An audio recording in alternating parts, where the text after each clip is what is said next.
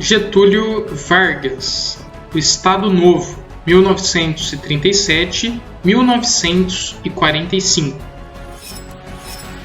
Olá pessoal, tudo bem? Espero que estejam todos bem. Dando sequência à última aula, que foi a Era Vargas, o início desse longo período de 19 anos em que Getúlio Vargas vai estar à frente do Brasil. Primeiro, como nós vimos, de 1930 a 1945 e depois ainda de 1950 a agosto de 1954. Então nós já vimos o governo provisório, que foi de 30 a 34, nós vimos o governo constitucional, que foi de 34 a 1937, e agora em 37 nós vamos entender o que motivou a implantação do Estado Novo, o governo ditatorial de Getúlio Vargas, de 37 a 1945.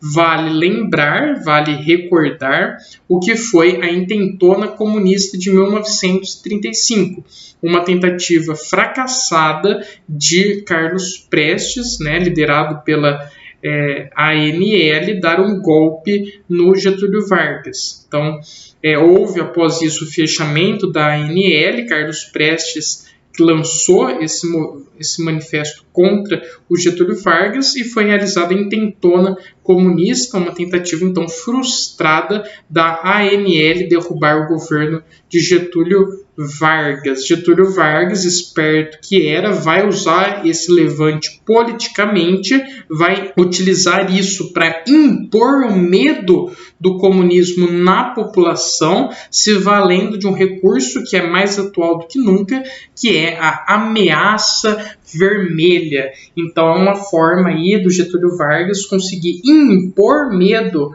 na comunidade, impor medo na população, se valendo do discurso de que, se ele não continuasse no poder, se o Brasil não tivesse um Estado forte, se não houvesse um Estado autoritário, os comunistas iriam dominar o Brasil. Iria ter um golpe comunista, o Brasil ia virar Cuba, etc. e tal. Então, argumenta aí a necessidade de um Estado forte, de um Estado autoritário, de um Estado novo. O Estado Novo, portanto, corresponde a essa expectativa e foi aí um período em que o Getúlio Vargas é chamado de ditador, um período ditatorial do governo de Getúlio Vargas.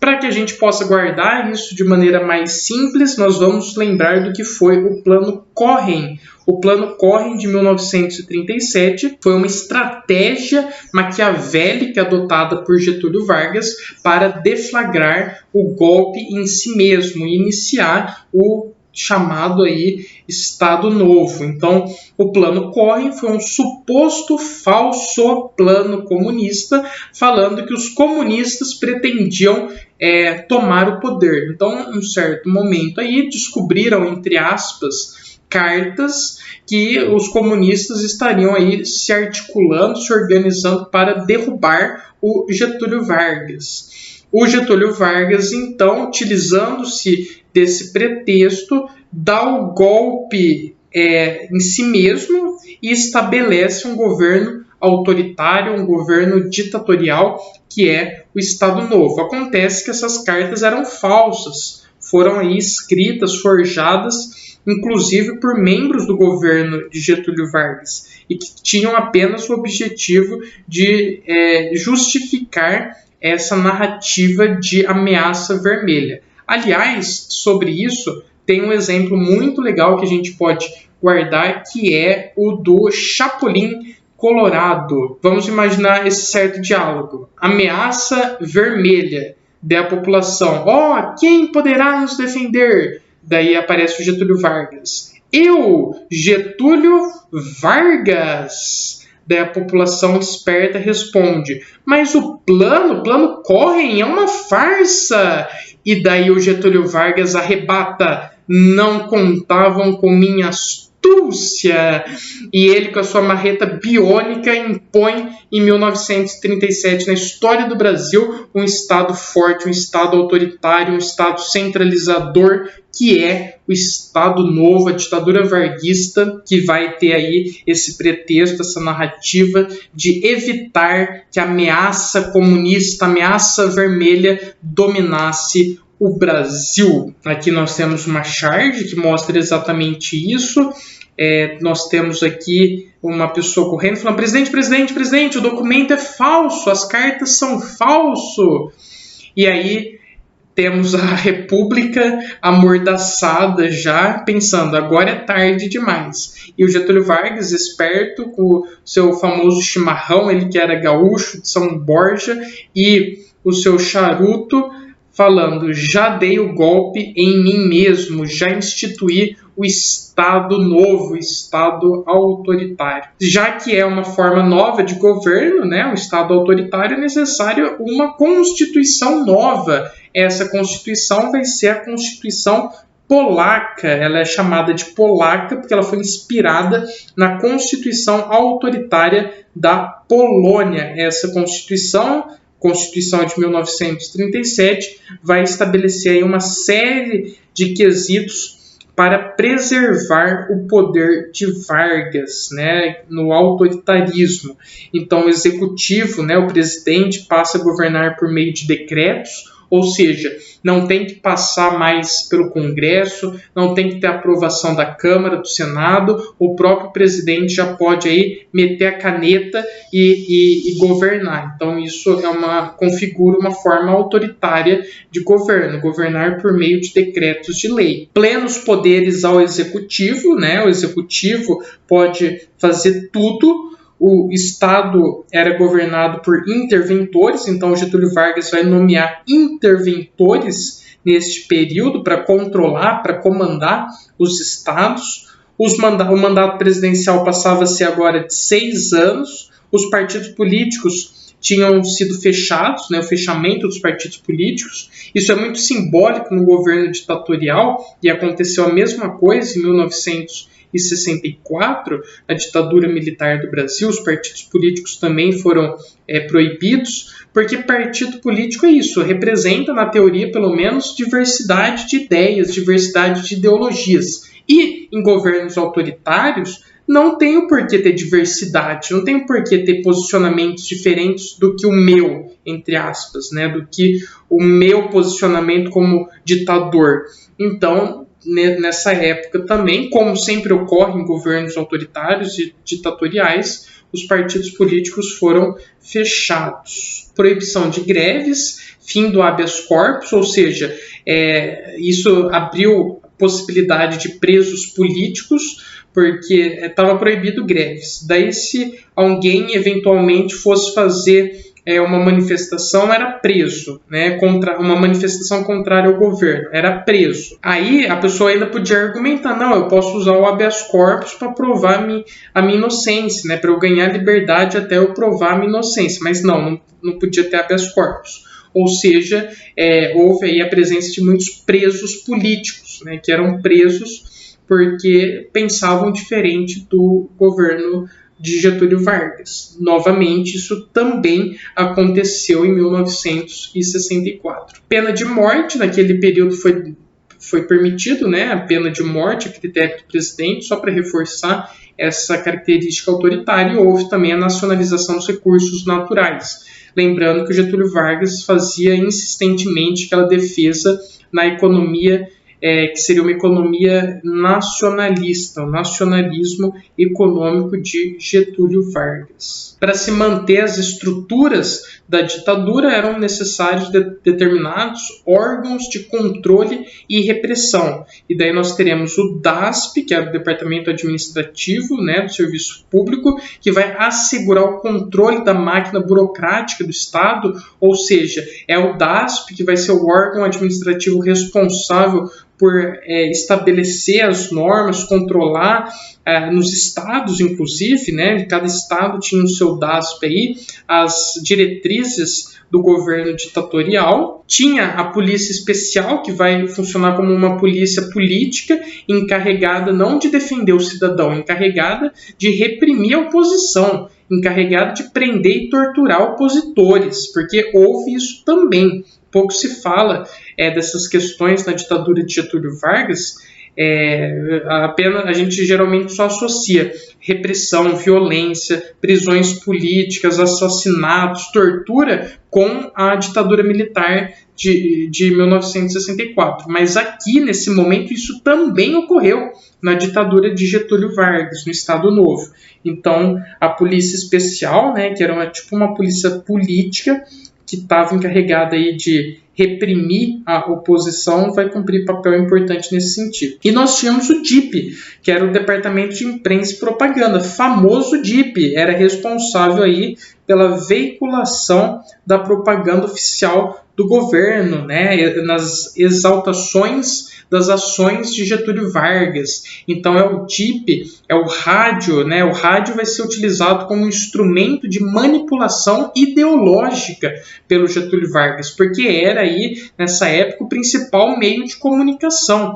Então é através do rádio que o Getúlio Vargas vai difundir as suas ideias autoritárias do Estado Novo. Vai ser, inclusive, criado um programa no rádio que era o Hora do Brasil. E era uma horinha aí, todos os dias, veiculando exaltações da figura do Getúlio Vargas. Então, Getúlio Vargas, o pai dos pobres, Getúlio Vargas que realiza grandes ações, Getúlio Vargas que evitou o golpe comunista no Brasil, Getúlio Vargas. Então, quer dizer, era uma série de narrativas, de mensagens aí que procuravam exaltar a figura do Getúlio Vargas. Esse programa existe até hoje, só que não é nesse mesmo sentido, mudou de nome também, que é o Voz do Brasil.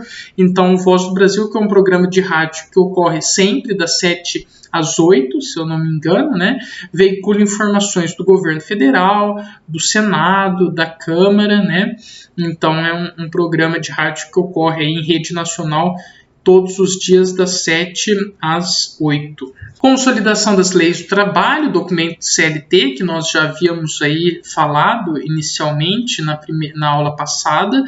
Getúlio Vargas, simbolicamente, no dia 1º de maio, que é o Dia Internacional do Trabalho, Dia do Trabalhador, em 1943, assina, portanto, a Consolidação das Leis do Trabalho, que é uma série aí de quesitos importantíssimos utilizados até os dias de hoje, que asseguram estabilidade para o trabalhador e direitos para os trabalhadores. Então, nós temos a implantação do salário mínimo, da carteira de trabalho, da jornada de 8 horas, as férias remuneradas, a previdência social, que muito sofreu esses últimos tempos, né?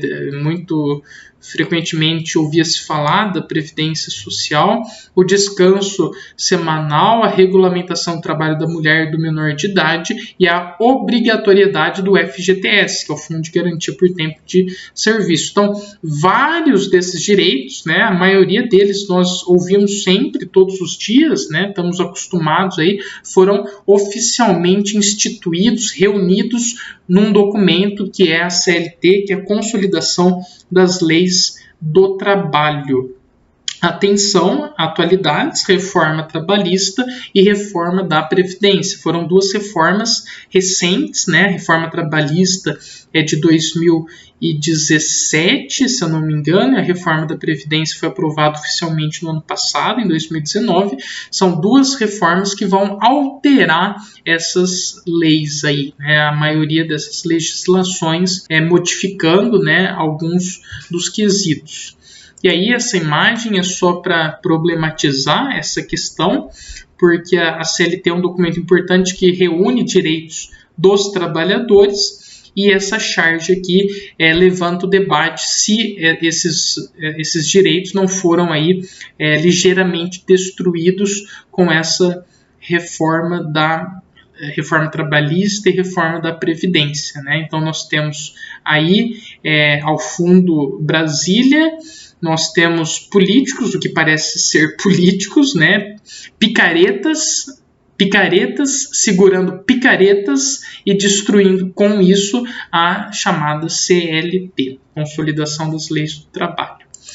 Nacionalismo econômico, investimentos no setor industrial, indústria de base, empresas estatais, soberania nacional, que é um ponto importantíssimo do Getúlio Vargas. Ele vai querer e vai procurar defender a soberania nacional, então vai buscar investimentos no setor industrial, nas indústrias de base, né? Vai conseguir criar essas indústrias de base, como a Companhia do Vale do Rio Doce, a Companhia Siderúrgica Nacional, a CSN, importantíssima, a Companhia Hidrelétrica de São Francisco, a Fábrica Nacional de Motores. Então, quer dizer, todas elas são indústrias de base. Ou seja, o que seria indústria de base? É a indústria que é a base da economia, é a base da indústria. Ou seja, antes de uma indústria mais sofisticada, como uma indústria automobilística, por exemplo, precisa-se de uma siderurgia, né, que é uma indústria de base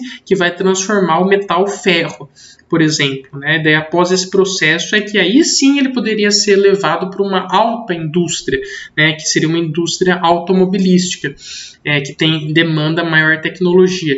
Então, é importantíssima a indústria de base e é isso que o Getúlio Vargas vai tentar fazer, vai tentar nacionalizar essas empresas, criar empresas estatais. Só que, para fazer isso, o Brasil precisava de dinheiro, de recursos, de tecnologia. E o Brasil não tinha nem dinheiro, nem recurso e nem tecnologia nesse momento. É por isso que nós temos que relacionar essa questão com a entrada do Brasil na Segunda Guerra Mundial. Mas como assim?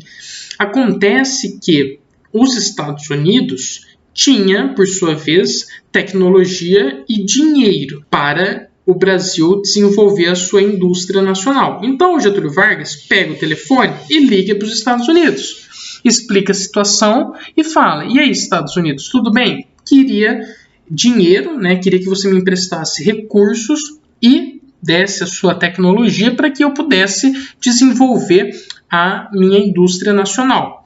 Daí, os Estados Unidos desligam o telefone na cara do Brasil. Não quer nem saber de conversar com o Brasil, né? Daí o Getúlio Vargas, ele é muito esperto. O que ele faz? Ele fala, não tem problema, não vou ficar chateado. Ele pega o telefone, disca um outro número. Disca um número e toca na Alemanha. Um telefone na Alemanha. E daí quem atende é um homem de meia idade com bigodinho. E sabe quem que era esse daí que o Getúlio Vargas estava conversando? O Hitler. Getúlio Vargas ligou lá na Alemanha e falou assim, ó, viu, Alemanha, comandada pelo nazismo na época, hein? Viu, Alemanha, eu liguei para os Estados Unidos para pedir dinheiro e tecnologia para eu desenvolver minha indústria de base. Acontece que eles desligaram o telefone na minha cara. Você acredita nisso? Daí a Alemanha, esperta, véspera do início da Segunda Guerra Mundial, a Alemanha do Hitler, que estava aí buscando aliados para o conflito, né, parceiros para o conflito, trata o Brasil muito bem. Fala, deixa com a gente.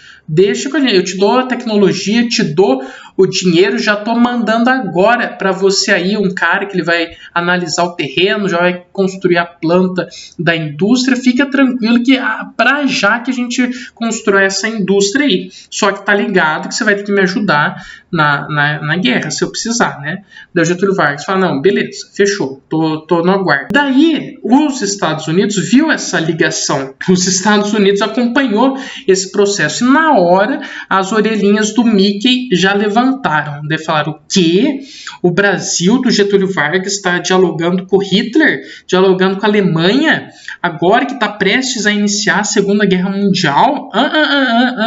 Vou ligar para o Brasil. Então os Estados Unidos agora pega o telefone e liga para o Brasil. Daí toca o telefone na mesinha do Getúlio Vargas. Daí o Getúlio Vargas atende. Daí eram os Estados Unidos que estavam falando, cancela o rolê com o Hitler aí, cancela o rolê com a Alemanha.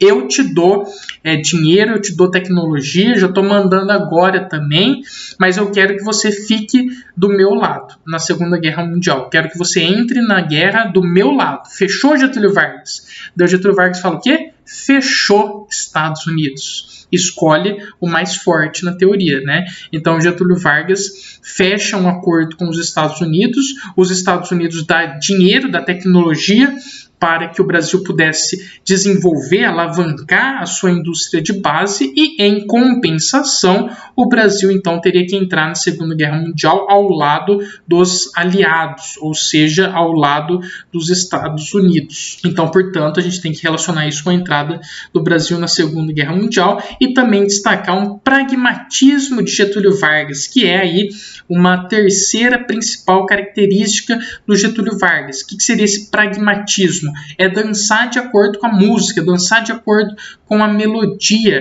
Ora uma coisa, ora a outra. Ora ele está com o Hitler, ora ele está do outro lado com os Estados Unidos, ao sabor das circunstâncias, pensando sempre em seus interesses próprios, né? Então, Getúlio Vargas, ele é bastante pragmático. Se eu perguntar se o Getúlio Vargas é de esquerda, é de direita, é de centro-direita, é de centro-esquerda, o que é o Getúlio Vargas? Ele é tudo, ele pode ser tudo, só depende do momento, só depende das circunstâncias. Ele vai ser aquilo que for melhor que ele seja naquele momento. Então, lembrar e destacar o pragmatismo de Getúlio Vargas. O Brasil entrou na guerra, declarou guerra ao eixo, né, que seria a Alemanha, Itália e Japão em 1942. Vai enviar a FAB, a FAB é a Força Aérea Brasileira, e a FEB não é a Faculdade de Engenharia de Bauru, é a Força Expedicionária Brasileira. Envia essas duas tropas aí e vai realizar um bom trabalho, um trabalho ok, combatendo aí focos remanescentes no sul da Itália. Então o Brasil vai para o sul da Itália e vai estar combatendo o eixo lá no sul da Itália, focos remanescentes, né? Aqui nós temos então essa charge que mostra exatamente isso, esse pragmatismo do Getúlio Vargas, né? Em 37 ele está lá mó próximo do Hitler, com o bigodinho, com a mãozinha direita levantada. Depois, em 41, ele já está com a mão mais ou menos no centro, com óculos, com o cabelinho, já lembrando o presidente dos Estados Unidos. Por isso, cidadão Getúlio Delano Vargas, né? O Delano é um sobrenome do presidente dos Estados Unidos na época. Em 1945, ele já está com a outra mão, com a mão esquerda levantada, que é o camarada Getúlio Vargovic, que já é uma aproximação que ele vai ter com a União Soviética. Então, quer dizer, sempre dançando ao sabor das circunstâncias por conta do seu pragmatismo. Após a derrota dos regimes totalitários em 1945, houve o processo de redemocratização aqui no Brasil. Então, fim da Segunda Guerra Mundial, vitória das democracias liberais. Aqui no Brasil, volta aos partidos políticos por meio do ato adicional número 9 e a população inicia aí um processo chamado de queremismo, que é o queremos Getúlio Vargas, queremos Getúlio Vargas. Então, como essa primeira imagem mostra, queremos Getúlio Vargas, isso porque ele estava aí ameaçado de deixar o cargo. A população sai às ruas e pede a permanência dele. Entretanto, isso não é suficiente e as pressões políticas internas da União Democrática Nacional, que era o principal partido de oposição ao Getúlio Vargas, e também externas, né, que é aí os Estados Unidos acabaram aí destituindo Getúlio Vargas do poder. Ele sai em 1945, mas ele volta nos braços do povo. Então, em 1950, teremos surpresa e teremos a volta, a retomada de Getúlio Vargas ao poder. O Getúlio Vargas sai, quem entra no lugar é o Eurico Gaspar Dutra. Ele fica de 1946 a 1951. E, na verdade, ele vai possuir aí, né, o Eurico Gaspar Dutra, um atrelamento político ideológico com os Estados Unidos. Tanto é que a foto que eu separei para representar isso é o Eurico Gaspar Dutra, que é esse vestido aí com roupa de militar, ao lado do presidente dos Estados Unidos na época. Então, para mostrar aí essa presença e esse atrelamento muito forte do Dutra com os Estados Unidos, né? Lembrando que a gente já inicia após 1945, né, ou seja, após o final da Primeira Guerra Mundial, aquele cenário da Guerra Fria, aquele cenário, aquele mundo polarizado entre capitalistas, representados pelos Estados Unidos de um lado, e socialistas, representados pela União Soviética do outro. O Brasil escolheu um lado, que foi o lado dos Estados Unidos. Então, diferente do Getúlio Vargas, que defendia o nacionalismo econômico, o Dutra vai realizar uma política econômica parecida com o liberalismo, ou seja, vai sofrer uma pressão dos Estados Unidos e vai permitir de forma ampla a entrada de produtos industrializados americanos. Isso vai arrasar, né, colaborar para enfraquecer a indústria nacional, o que era aí o grande carinho de Getúlio Vargas, que era desenvolver a indústria nacional. O Dutra ele toma um posicionamento, uma postura totalmente contrária a isso. Atenção, o governo até tentou implementar uma política econômica intitulada de Plano SALT.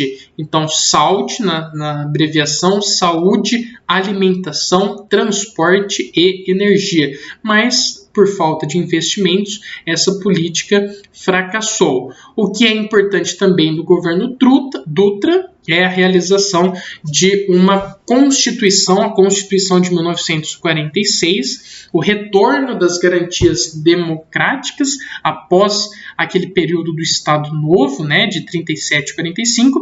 Em 46, há uma Constituição, que é a Constituição de 1946, que vem justamente substituir a Constituição de 37, substituir a Constituição da Polaca, e nesta Constituição de 1946 há o retorno das eleições diretas e o mandato presidencial volta a ter 5 anos. O governo de Dutra foi bem curtinho, isso porque em 1950 ele retoma, 51, eleito indiretamente pelo povo, Getúlio Vargas volta como ele tinha prometido, nos braços do povo. Logo no início de seu mandato, as oposições a Getúlio Vargas vão ser bastante fortes, bastante intensas, né? Os opositores ao seu nacionalismo, como a UDN, liderada por Carlos Lacerda. Não vamos confundir com Carlos Prestes. Não são a mesma pessoa. Carlos Prestes é aquele da intentona comunista que vai ser vai ter uma aspiração socialista, né? Vai ser inclusive um dos fundadores do Partido Comunista do Brasil. A UDN, que é o partido de oposição ao Getúlio Vargas, era liderado por um jornalista chamado Carlos Lacerda, que odiava o Getúlio Vargas. Ele não detestava o Getúlio Vargas. E também alguns grupos de militares, né, da Escola Superior de Guerra, a ESG, e sindicatos começam a se unir numa oposição ao governo nacionalista de Getúlio Vargas. Então, na economia, o nacionalismo econômico dele continua, ele vai promover uma expansão industrial, intervenção na economia, vai criar um banco, né, que é o BNDE, na época Banco Nacional de Desenvolvimento Econômico. Esse banco era responsável, inclusive, por desenvolver negócios nacionais internos, desenvolver indústrias nacionais e, inclusive, ele foi aí atualizado futuramente, né, para BNDES. Então, existe até hoje Banco Nacional de Desenvolvimento Econômico e Social, que é o BNDES, né? E a Petrobras, de 1953, ela foi criada em 1953, é hoje a maior empresa brasileira, uma das maiores empresas petrolíferas do planeta.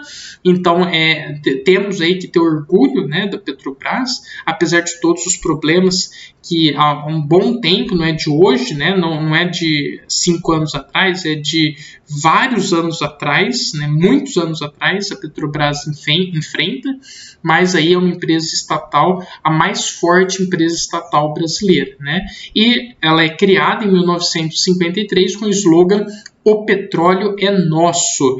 Então, nesse sentido de nacionalizar os recursos minerais, né?